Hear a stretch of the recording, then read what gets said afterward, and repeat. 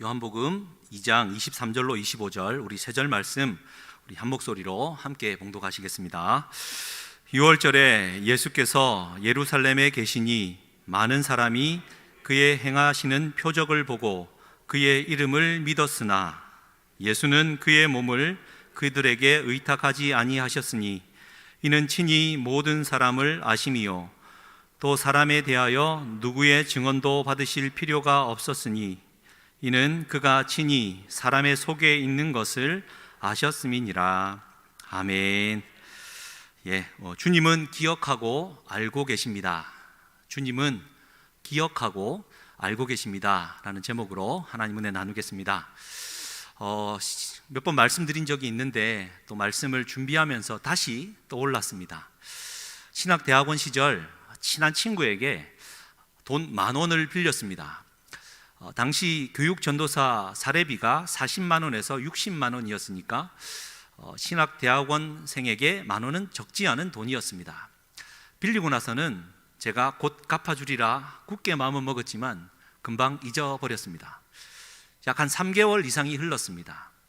문득 그 친구를 보는 순간 10,000원이 떠올랐습니다. 그래서 10,000원을 준비해서 갚아주었더니 그 친구가 하는 말이 가관이었습니다. 돈을 받아들면서 제게 한 말이, 진성아, 하나님은 살아계시다.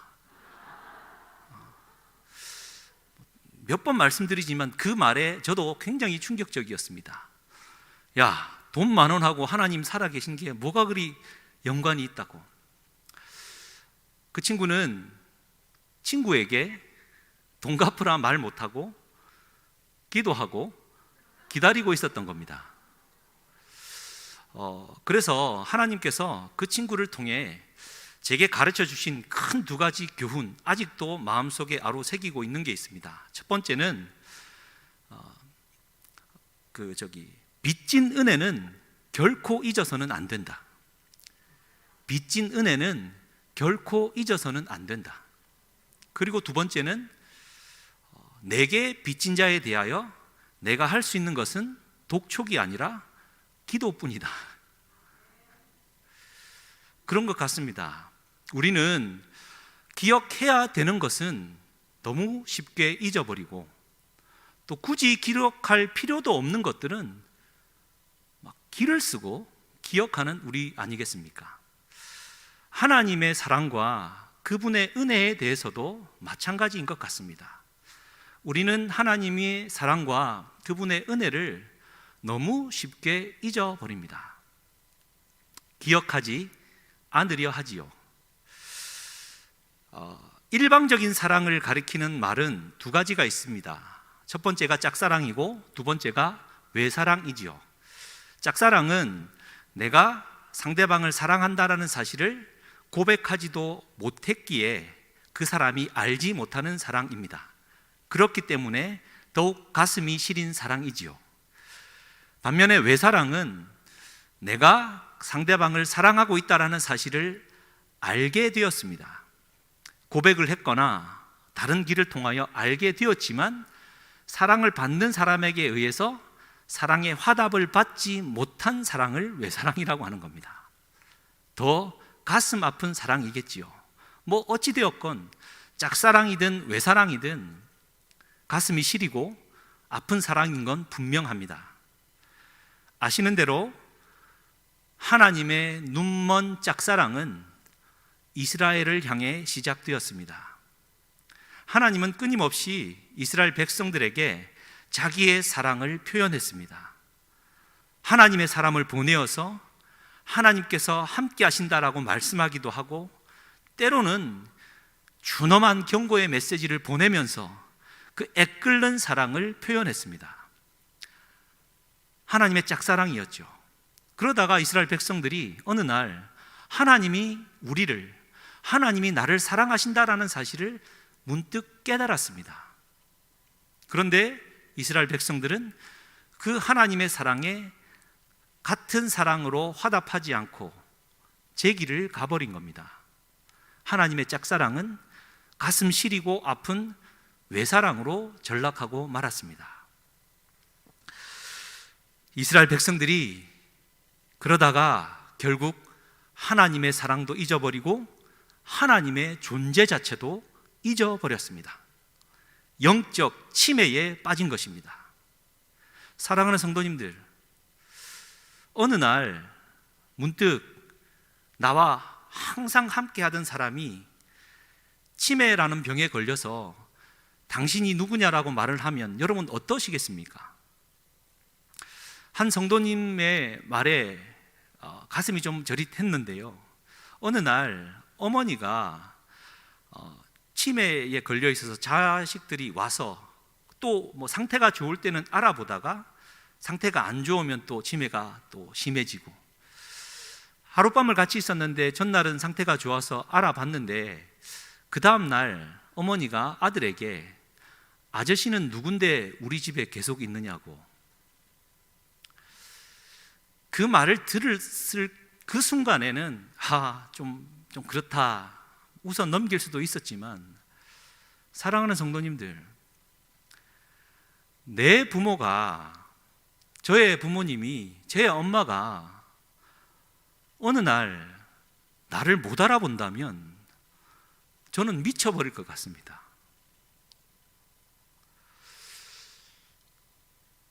여러분, 그런 상황이 안 와야 되겠지만, 여러분, 만약에 그렇다 하더라도 평생을 나를 사랑해 준 그 부모를 향해 여러분의 짝사랑을 거두시겠습니까?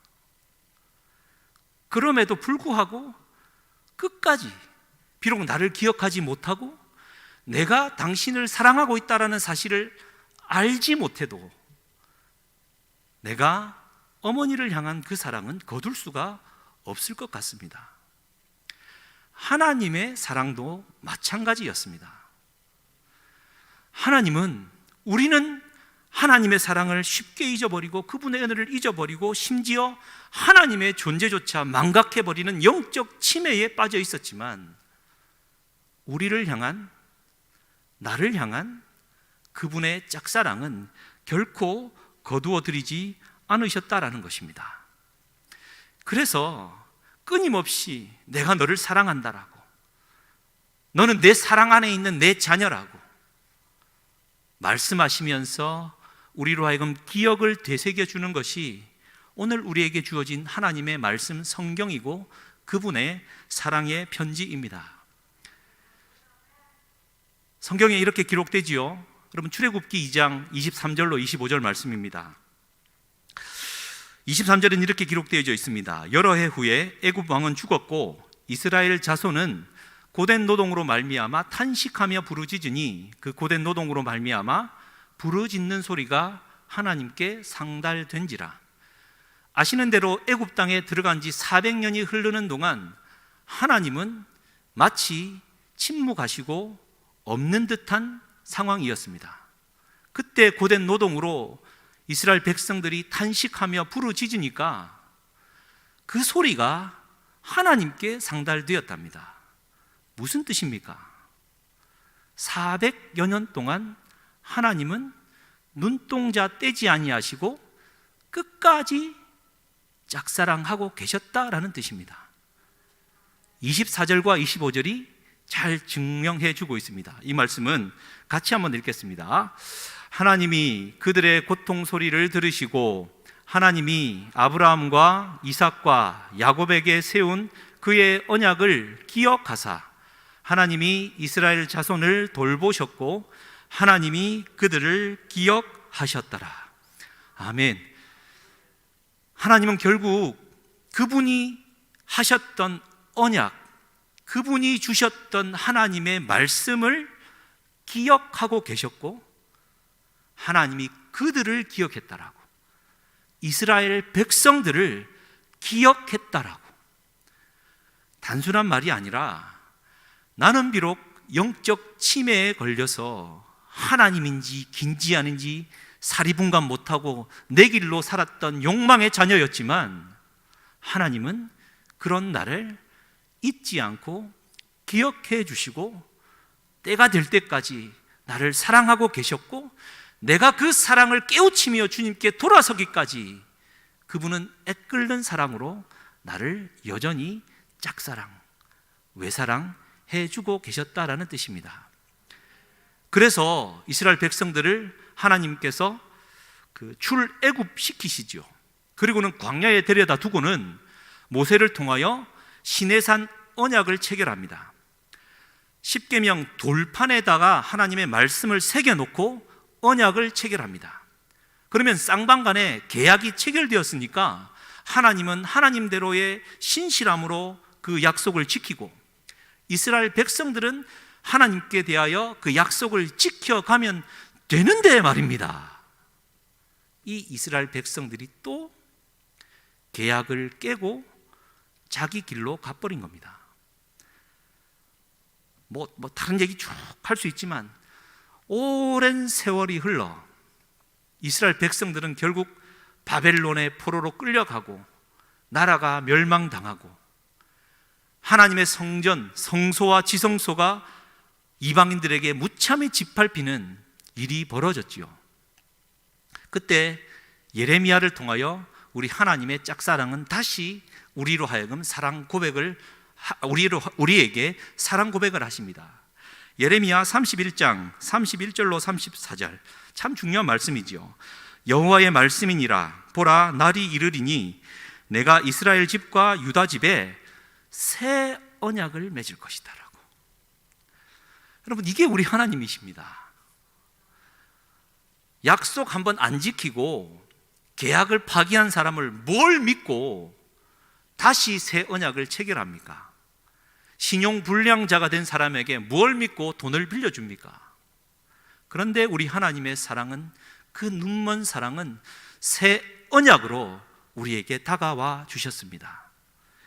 32절에 이 언약은 내가 그들의 조상들의 손을 잡고 애굽 땅에서 인도하여 내던 날에 맺은 것과 같지 아니할 것은 내가 그들의 남편이 되었어도 그들이 내 언약을 깨뜨렸습니다. 그리고는 33절 34절은 우리가 큰 목소리로 같이 한번 읽겠습니다.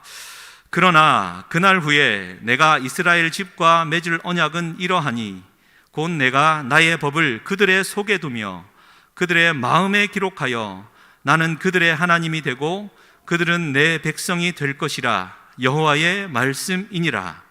그들이 다시는 각기 이웃과 형제를 가리켜 이르기를 너는 여호와를 알라 하지 아니하리니 이는 작은 자로부터 큰 자까지 다 나를 알기 때문이라. 내가 그들의 악행을 사하고 다시는 그 죄를 기억하지 아니하리라. 여호와의 말씀이니라. 아멘. 이번에는 하나님이 대단한 결심을 하고 우리와 새 언약을 맺어 주셨습니다. 깨트릴 수 있고 또 산산조각 낼 수 있는 육의 돌판에 새겨진 언약이 아니라 우리 속, 우리 마음판에 그분의 언약을, 말씀을 새겨 주시겠다라고 하신 겁니다. 그래서 여러분, 이 말씀의 핵심은 34절에 등장하거든요. 34절 말씀을 다시 한번 보십시오.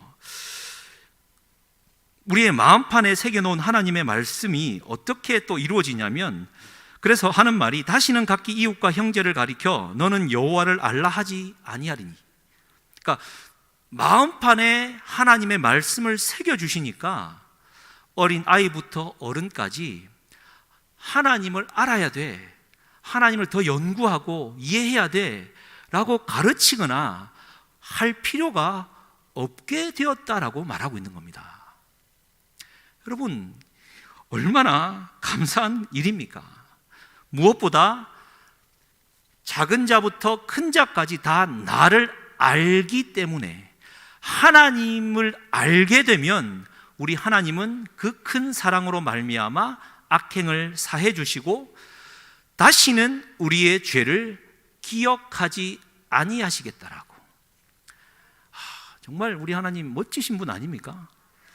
우리는 기억해야 될 거는 기억 안 하고 기억할 필요 없는 거는 정말 기억 잘하는데, 우리 하나님의 그 큰 사랑은 정말 기억할 필요도 없는 그런 것들은 깔끔하게 기억 치우시고 정말 기억해야 될 것은 기억하시면서 우리를 구원의 길로 인도해 주시는 우리 하나님이신 겁니다. 그래서 중요한 것은 우리 마음판에 새겨놓은 하나님의 말씀과 그 언약의 말씀으로 여호와 하나님을 아는 것입니다. 그래서 요한복음 17장 3절은 그 유명한 구절이죠. 영생은, 영원한 생명은 유일하신 참 하나님과 그가 보내신 자 예수 그리스도를 아는 것이라고요. 단순히 안다라는 것이 아니라 오늘 이 예레미야 말씀에 의하면 우리 마음판에 새겨주신 하나님의 말씀으로 내가 그분을 기억하고 잊지 않는 것입니다.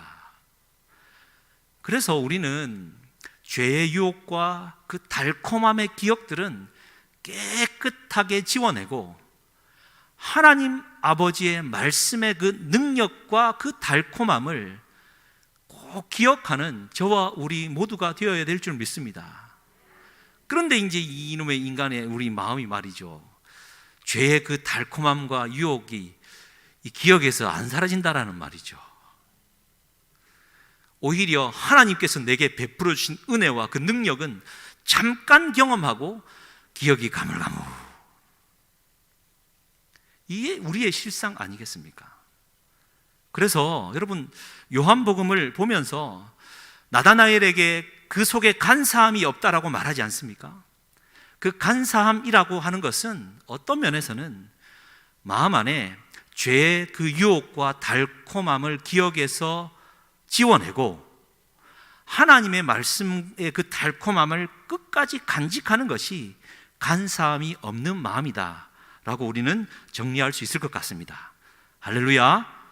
그래서 오늘 요한복음 읽었던 본문 말씀으로 한번 돌아오시면, 오늘 본문 말씀은 그 요한복음 2장을 이제 정리해 주는 말인데요, 본문에 앞서 13절부터 22절에는 우리 지난주 수요일에 나눴는데 우리가 주목해야 될 부분이 17절과 22절입니다. 여러분 가진 성경을 한번 보십시오.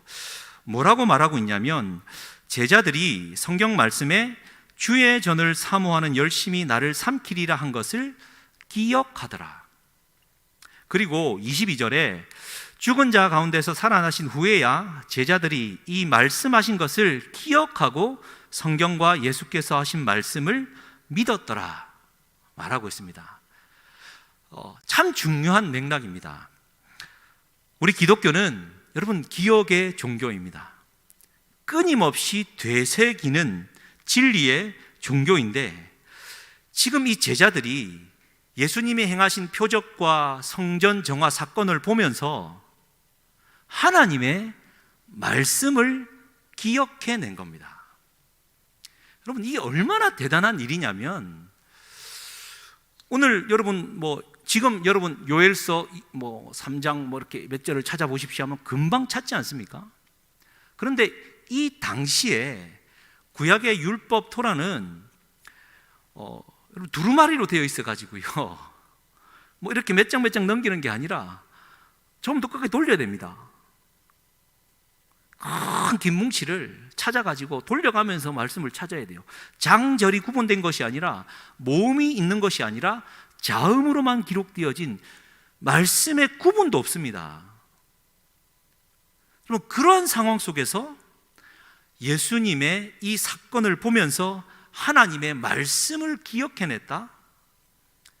단순히 제자들이 성령의 은혜를 받고 그 성령께서 말씀을 떠오르게 했다, 물론 믿음의 고백이고 맞습니다만, 우리가 놓치지 말아야 될 것은 제자들이 하나님의 약속의 말씀을 기억해서 떠올릴 만큼 그 약속의 말씀을 마음판에 되새기기까지 얼마나 집중하고 노력하고 연구했는지, 여러분 이거 놓쳐서는 안 됩니다.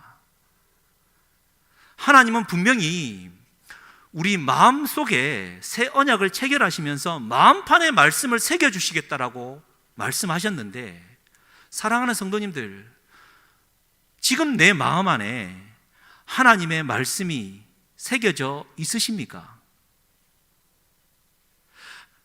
내게 일어나는 사건들을 보면서 불행이든 행복이든 제자들이 지금 행했던 것처럼 하나님의 말씀을 기억해 내실 수 있으신지요? 하나님이 우리를 고아와 같이 버려두지 아니하고 늘 우리와 함께 하시겠다라고, 하나님은 우리의 마음 안에 말씀을 새겨주시겠다라고 약속하셨는데, 그렇다면 제자들처럼 내게 일어나는 모든 일들 가운데 하나님의 말씀이 기억나고 생각나서 그분의 말씀 때문에 불행도 행복이 되어지고, 행복은 교만을 이기고자 하는 노력이 되어지고, 합력하여 선을 이루어내는 것 아니겠습니까? 사랑하는 성도님들, 우리의 마음판에 그분의 약속의 말씀을 새기기 위해 나는 지금 어떠한 노력을 기울이고 있습니까? 참 중요한 말이 있는데요, 전도서 12장 11절 말씀, 이것도 같이 한번 읽도록 하겠습니다. 함께 읽겠습니다. 지혜자들의 말씀들은 찌르는 채찍들 같고 회중의 스승들의 말씀들은 잘 박힌 못 같으니 다 한 목자가 주신 바이니라. 아멘. 여러분 보십시오. 하나님의 말씀에 대하여 뭐라고 말하고 있냐면 찌르는 채찍들이라고 말하고 있고요, 또 하나는 잘 박힌 못이라고 말하고 있습니다. 그러니까 하나님의 말씀은 찌르는 채찍들이고 잘 박힌 못입니다. 말씀 그냥 듣고 읽고 기억에서 사라지고 하는 게 아니라는 말입니다. 찌르는 채찍들이라는 말을 여러분 한번 묵상하고 기도해 보셨습니까? 하나님의 말씀이 찌르는 채찍이다, 나를 회개케 한다라는 정도가 아니라 하나님의 말씀이 내 마음 안에 한번 들어와 긁고 나가면 내 마음 안에는 하나님의 말씀이 지나간 흔적이 남아있다는 뜻입니다. 이게 어떤 의미냐면, 여러분 요즘 국정조사하고 막 컴퓨터 같은 것들을 막 세무조사들이 가가지고 막 그대로 갖고 와가지고 가져가지 않습니까? 여러분 컴퓨터 그 디스크는 내가 한번 입력했다가 지운다고 해서 그게 사라지는 게 아닙니다. 100% 복원할 수 있습니다. 1년 전에 내가 어디에 들어갔다 사진을 저장했다가 지워놓았다고 해도 그것을 찾아 들어가면 그거 그대로 복원해낼 수 있습니다. 마찬가지입니다.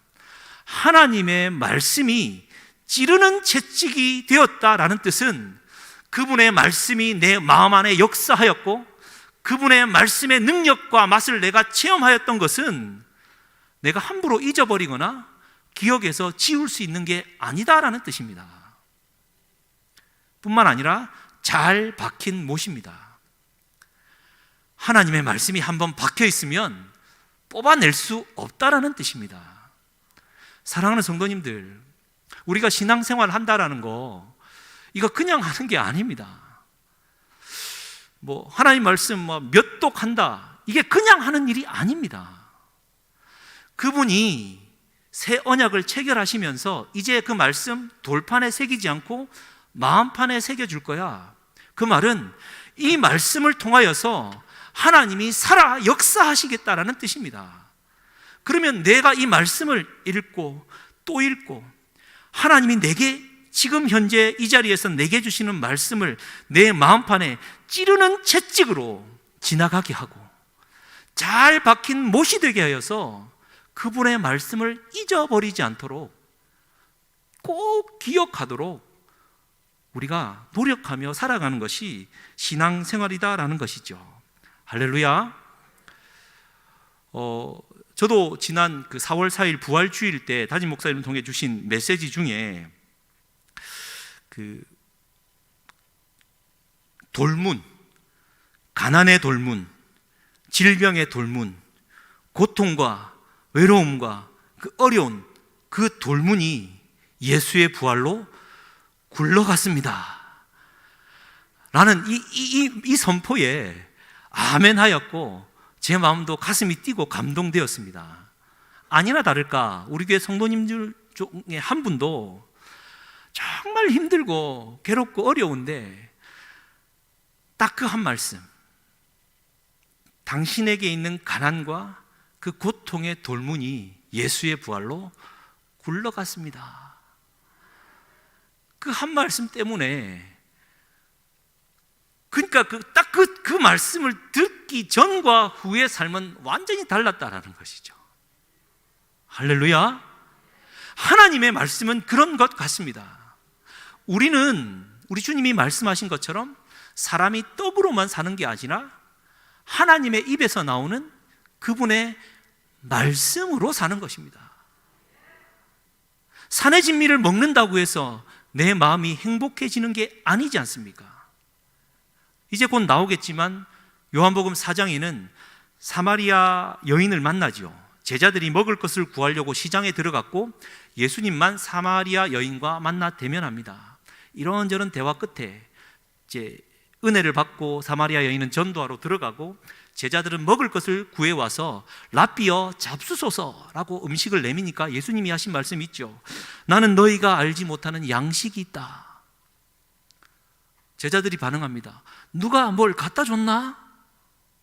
그때 예수님이 말하죠. 나의 양식은 나를 보내신 이의 뜻을 행하며 그의 일을 온전히 이루는 이것이라고요.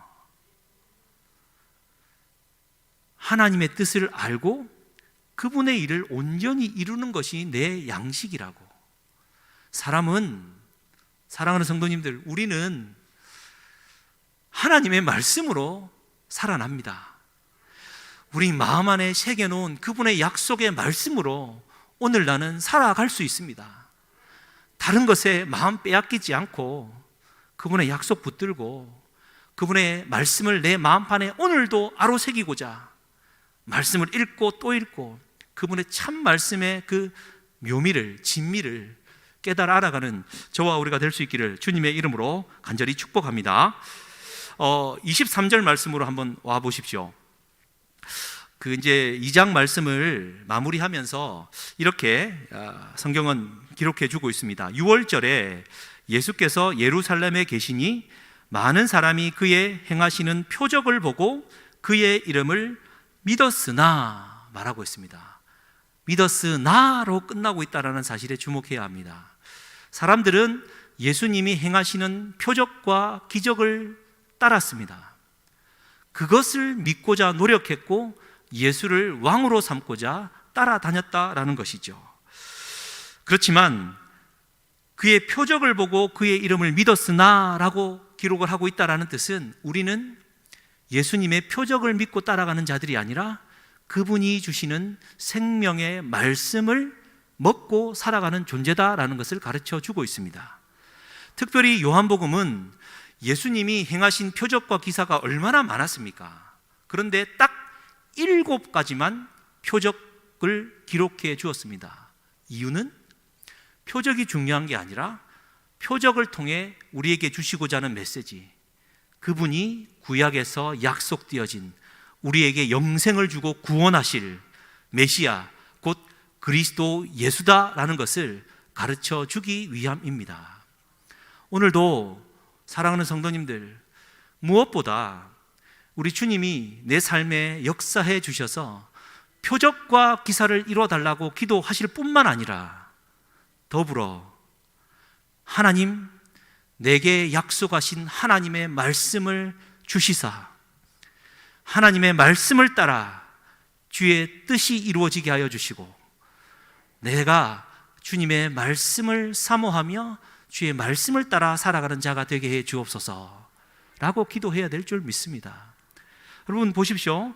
24절에 그래서 믿었으나 24절 예수는 그의 몸을 그들에게 의탁하지 아니하셨으니 이는 친히 모든 사람을 아셨다라고요. 예수님을 따라다녔던 사람들은 참 많았습니다. 그러나 그들에게 예수님은 의탁하지 않았다.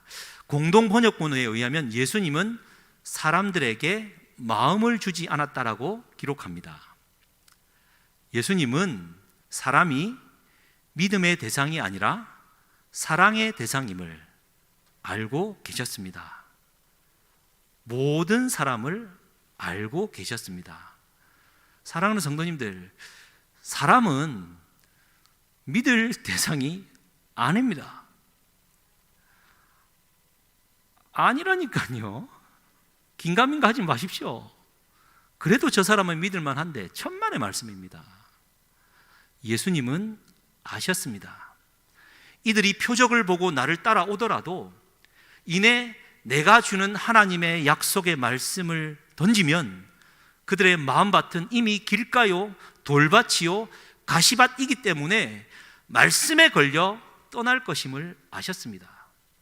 뿐만 아니라 유월절, 지금은 예수님 사역 초기지만 마지막 십자가를 지기 그 마지막 한 주 전 유월절에 성전에 올라갈 때 사람들은 호산나 다윗의 자손이여 우리를 구원하실 왕이다라고 외쳤지만 며칠 지나지 않아 그들이 이를 갈며 저 예수를 십자가에 못 박으라 외치는 폭도가 될 것을 예수님은 이미 다 알고 계셨습니다. 우리에게 교훈하십니다. 사람은 의지나 믿음의 대상이 아니라 사랑의 대상이라고요. 우리가 믿을 분은 유일하신 참 하나님, 우리 주 예수 그리스도를 보내신 그분밖에 믿을 대상이 없다라는 것 우리에게 가르쳐 주고 있습니다. 그리고 25절에 보십시오. 또 사람에 대하여 누구의 증언도 받으실 필요가 없었으니 이는 그가 친히 사람의 속에 있는 것을 아셨음이니라. 여러분, 우리 하나님이 모든 사람도 아시지만 내 안에 있는 것도 다 알고 계십니다. 하나님 앞에서 더 이상 강조해도 지나치지 않을 것 같습니다. 나다나엘을 부를 때 주님은 그가 무화과 나무 아래에 있었다라는 사실도 알았고 더불어 그 속에 간사함이 없다라는 것도 꿰뚫어 보셨습니다. 그리고 이 이야기는 이제 3장에 전개될 유대 지도자 니고데모의 영적인 무지함을 가리키는 이야기이기도 합니다.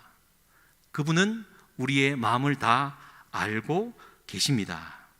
그러므로 우리는 우리의 마음 안에 하나님의 말씀을 아로새기는 채찍질과 잘 박힌 모처럼 그분의 말씀을 아로새기기 위해, 잊어버리지 않기 위해 오늘도 주님이 주신 말씀에 귀 기울이고 말씀 읽기에 충실하고 말씀 공부에 열심히 하고, 이 코로나 시대에 여러분 뭐 하고 지내십니까?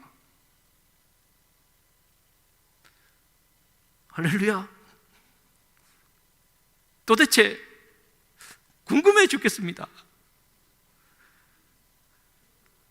이게 무슨 말이냐면, 목회자가 신방하고 물론 전화로 이렇게 되겠습니다만 그래야 되는데 못하고 있으니 여러분 이 시대에 뭘 해야 되겠습니까?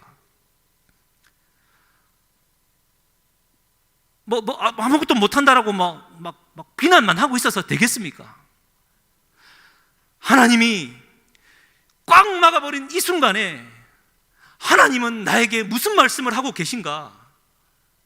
내가 주님 은혜 받았을 때 받았던 그 말씀, 아로 새겨진 그 말씀 다시 한번 음미하며 지금도 그 말씀을 따라 내게 역사하고 계신가 묻고 내 말씀에 아로 새기는 시간으로 삼아야 되지 않겠습니까?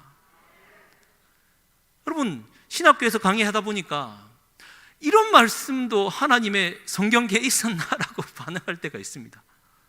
또 여러분, 하나님의 말씀을 깊이 있게 읽다 보면 수십 년을 읽고 또 읽었는데 이런 말씀이 있었나라고 깨우칠 때가 있습니다.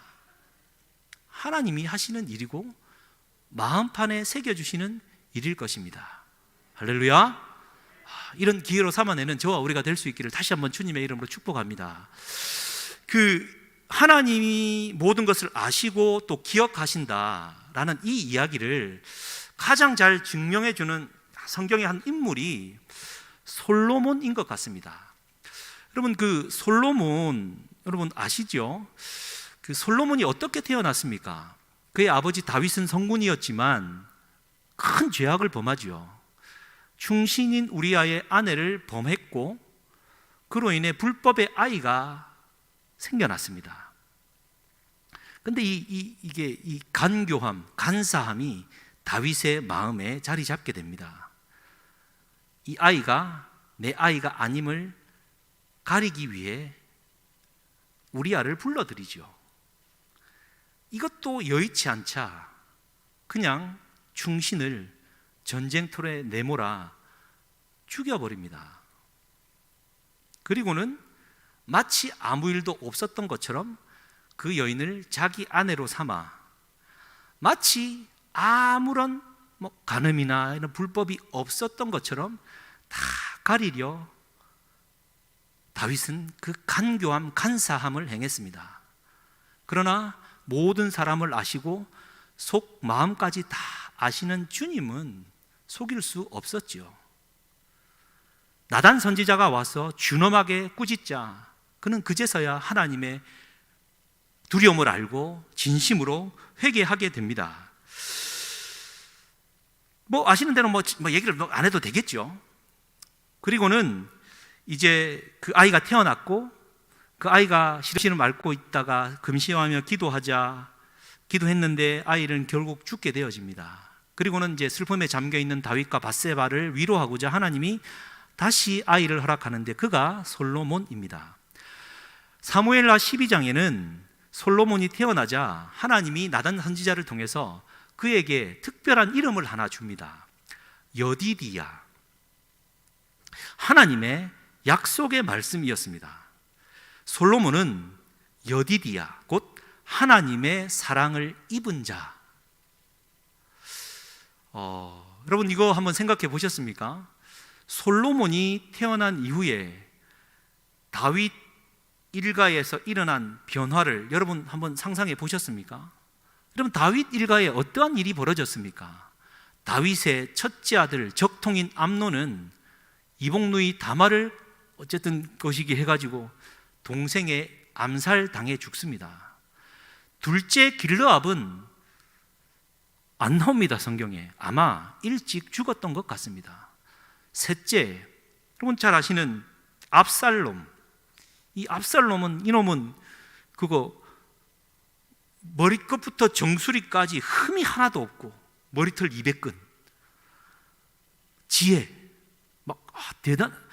그렇지만 반역을 일으키고 비참하게 죽게 되어지죠. 넷째 아도니아. 성경은 말합니다. 용모가 심히 준수한 자, 저를 좀 닮았던 것 같습니다. 아버지가 어찌하여 그리하였냐고 하는 말로 한 번도 그를 섭섭하게 한 일이 없는 효자. 그 또한 요압 장군과 더불어 반역을 일으키다가 결국 죽임 당하죠. 그리고 아시는 대로 다윗의 정실 부인은 그 헤브론과 예루살렘에 합쳐서 13명 정도가 등장합니다. 그러니까 솔로몬이 태어난 이후에도 정실 부인을 맞아들여 삼무아를 비롯한 여러 밑에 솔로몬의 다른 그 동생들이 즐비했던 거죠. 자, 보십시오. 불법의 자녀로, 그것도 정실 부인이 아니라 첩으로 누군가의 아내였던 자가 왕궁에 들어와 듣지도 보지도 못한 잡것이 하나 나타나 아버지의 왕위를 이어가고자 하니 얼마나 드세고 미움을 받았겠습니까? 솔로몬은 어릴 적에 태어나서 그 순간에 여디디야, 하나님의 사랑을 받는 자라는 이름을 받았습니다. 그의 마음판에 약속의 말씀을 심겨준 겁니다. 하나님은 그의 인생을 다 알고 계셨고, 비록 그가 잘못 태어났고 불법의 과정을 통하여 태어났고 정말 그러하더라도 내가 그를 사랑한다라고. 여러분, 그래서 솔로몬, 여디디야는 누구입니까? 이 성경을 펼쳐서 읽고 있는 지금 나는 이 세상에 잘못 태어난 건 아닌가? 이렇게 부적절하게 태어나서 고통과 가난과 죽음의 돌문에 꽉 막혀서 살아갈 이유조차 없는 나 아닌가? 나는 정말 이 왕궁에서는 발 디딜 틈 없는 정말 이 잘못된 하나님의 선택 아닌가 라며 스스로를 자책하는 나 같은 자에게 하나님은 그 마음밭에 아니야, 너는 여디디아야, 내가 너를 사랑한단 말이야. 너는 모르겠지만 나는 너를 끝까지 사랑한단 말이야. 너는 나의 사랑을 받는 자라고. 여디디아는 곧 나라고, 우리라고 말씀해 주고 있습니다. 그래서 여러분, 결국 그래서 누가 왕이 됩니까? 솔로몬, 여디디야가 결국 왕이 됩니다. 사랑하는 성도님들, 우리에게 주시는 하나님의 약속의 말씀입니다. 하나님이 나를 사랑하시고 그분의 생명의 약속의 말씀을 내 마음밭에 아로 새기고 살아간다면 우리 주님과 더불어 왕노릇하는, 이 세상을 통치하는 하나님의 귀한 자녀로 선다라는 사실입니다. 그래서 에베소서 2장은 너무나도 중요합니다. 에베소서 2장, 우리는 원래 허물과 죄로 죽었던 자입니다. 불순종의 아들들의 가운데 역사하는 사단 아래 원래는 우리가 본질상 진노의 자녀였습니다. 그렇지만 긍휼이 풍성하신 우리 하나님 아버지의 그 크신 사랑으로 인하여 허물로 죽은 우리를 그리스도와 함께 살리시고 함께 일으키사 그리스도 예수 안에서 함께 하늘에 앉히시겠다라고, 우리 주님과 더불어 왕노릇하는 자리에 이르게 하시겠다라는 뜻입니다. 여러분, 우리는 여디디아입니다. 그분은 우리 마음판 안에 하나님의 말씀으로 심겨 주셨습니다. 그런데 이 솔로몬이 이 여디디아임을 왕이 될 때까지는 잘 간직했던 것 같은데요, 왕이 된 이후에 이 하나님의 마음판에 새겨진 말씀을 잊어버리고 치매에 걸려버린 겁니다. 세상 지혜에 취하고 왕궁 건설에 눈멀고, 그래서 수없는 왕비와 첩을 두면서 그는 그렇게 하나님께와 멀어졌던 겁니다. 오늘 우리에게 주는 교훈이라 생각합니다. 사랑하는 성도님들, 하나님의 말씀을 가슴밭에 아로 새기는 오늘 이 저녁 될 수 있기를 주님의 이름으로 다시 한번 축복합니다. 말씀을 마무리하면서요, 그 2장을 이제 마무리하게 되는데 참 아주 유명한 얘기입니다. 저도 잊고 있었는데 어제 한 목사님을 통해 다시 한번 듣게 되고 오늘 이 말씀을 전함으로 말씀을 좀 맺었으면 좋겠는데요, 200년 전에 영국 옥스퍼드 대학에서 종교학 시험을 치고 있었습니다. 그때 질문이 뭐였냐면, 예수님이 물로 포도주를 만든 기적에 담긴 종교적 영적 의미를 기술하시오. 2시간이 주어졌습니다. 수많은 학생들이 얼마나 많이 썼겠습니까? 허들의 물과 같은 이 인생을 주님이 바꾸사 막 그렇게 쓰지 않았겠습니까? 그런데 한 청년만 창문을 물끄러미 쳐다보고 시험이 끝나기까지 창문만 바라보고 있었습니다. 그러다가 감독관이 가서, 야, 너 뭐라도 써야지 성적을 받을 텐데 되겠냐고. 그래서 마지막에 한 문장을 쓰고 그 문장이 교수들 사이에 회자되었고 지금까지 남아있고 최고의 성적을 거두는 일이 벌어졌습니다. 여러분, 흉내는 내지 마시기 바랍니다. 무슨 말이냐면, 스크린에 한번 보십시오. 이렇게 한 문장을 하고 갔습니다. 물은 자신의 주인을 만나자 얼굴이 붉어졌도다. 영국식 발음으로 The water met its master and blushed. 여러분, 물은 자신의 주인을 만나자 얼굴이 붉어졌도다. 많은 게 담겨 있지 않습니까? 우리 주님 앞에 우리는 얼마나 부끄러운 자입니까? 허들의 물과 같고 속을 주님 앞에 내어 보이면 정말 정화해야 될 것들이 얼마나 많은 부끄러운 자입니까? 많은 말이 필요하지 않은 것 같습니다. 우리 주님 한 분 붙들고 내가 참 주인을 만나고 그분을 붙들고 그분이 주시는 말씀을 기억하고 살아가는 한 우리는 언제나 승리요, 행복이요, 진리 안에 살아가는 정말 귀한 주님의 자녀인 줄 믿습니다. 우리 이 시간 휴의 도를 버리고 이 찬양 한번 찬양하고 말씀을 맺었으면 좋겠습니다.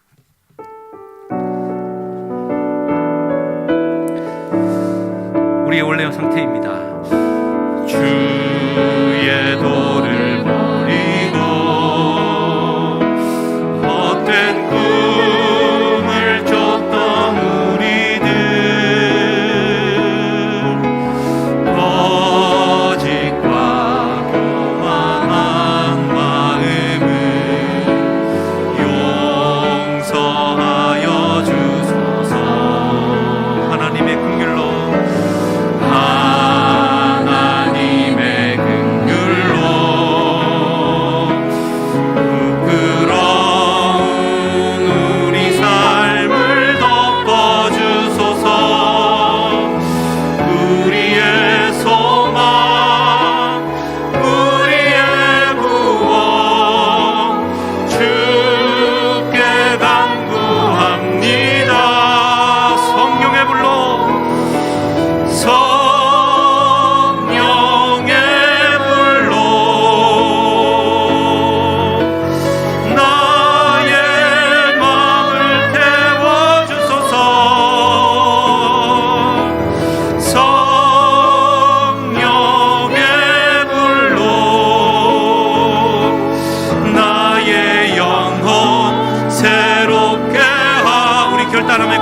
심한 고난을 받아 살 소망까지 끊어지고, 난 고난을 받아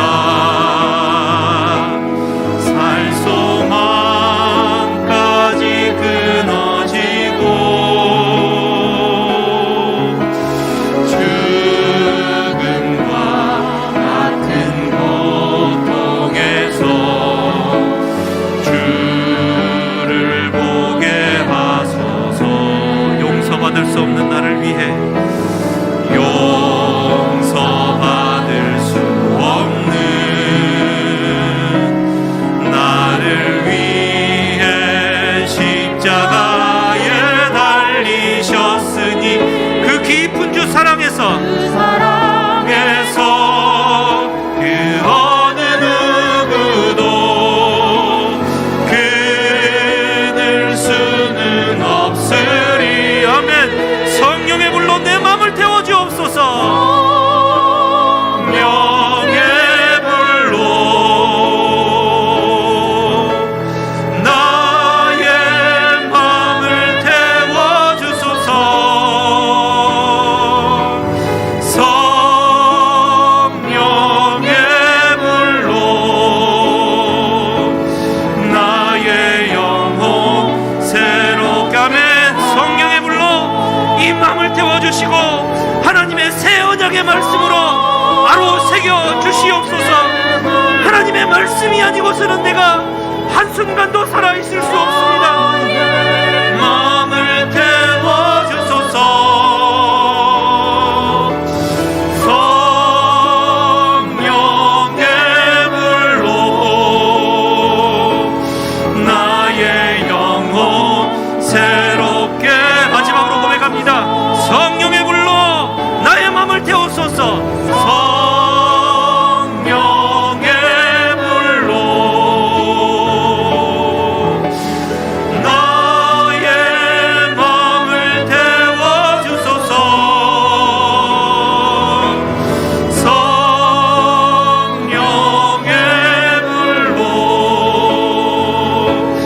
나의 영혼 새롭게 하소서. 주여 한번 부르시고 기도하시겠습니다. 주여, 하나님 아버지여, 하나님 아버지, 오늘도 살아계신 우리 성령께서 하나님 정화해야 될 내 마음밭을 갈아엎어 주시고 허들의 물과 같은 썩어진 이물을 깨끗하게 변화시키사 아버지 하나님의 말씀이 바로 새겨질 만한 깨끗한 마음으로 준비되게 하여 주시옵소서. 내 마음 안에 여전히 남아있는 죄의 유혹과 간교함과 간사함의 마음을 깨끗하게 씻어주시사 우리 주 예수 그리스도의 보혈의 능력을 의지하며 우리 주님이 주시는 약속의 말씀, 생명의 말씀에 그 달고 오묘한 말씀의 진리를